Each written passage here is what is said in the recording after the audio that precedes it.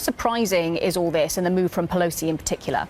Well, in some ways it's not surprising because, we know that tensions have really been building between Trump and Nancy Pelosi over the past several weeks, ever since particularly she launched this impeachment inquiry. Now, it sounds like that didn't come up overtly in the meeting. Obviously, it was about Syria and, the response to Turkey on that. However, it seems like this was a moment where things perhaps just boiled over. Yeah, and I mean, Republicans saying that it's the Speaker at fault for walking out of the meeting. Just talk us through what this means sort of for any political tactics for the Democrats. Well, I think for Democrats, there is a bit of a risk here that the storyline or the narrative, which had been really focused on the Republican rebuke of Trump over Syria, is now going to kind of refocus on this sort of partisan battle between Trump and Pelosi. When in some ways that has the risk of, not necessarily helping Democrats, because Democrats win when Republicans are divided and people are focused on that.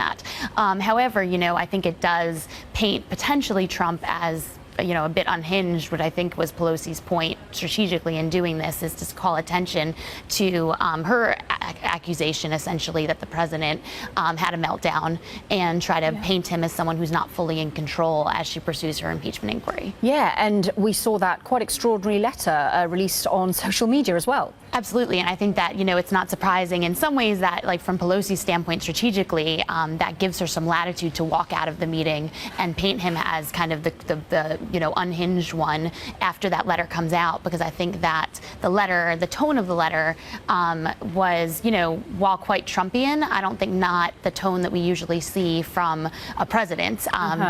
It read more like his Twitter feed than it did like something that you typically see on White House letterhead. Yeah. And so I think perhaps Pelosi's trying to capitalize on that, from a political standpoint as well. What could happen next, briefly? Mike Pence heading to Ankara, I understand? Yeah, and so that's really kind of the next sort of inflection point, potentially. Mike Pence and also Mike Pompeo, the Secretary of State, are going to be in Ankara, and the question is, whether they make any kind of headway in that meeting. I don't know that, from my perspective, the expectations would be that high, given that Trump has kind of already given the green light to some things, and there's been a lot of back and forth. I think from Turkey's perspective, it might be hard to see a red line coming out of the White House from, especially when Trump, who's the principal, isn't sitting in the room.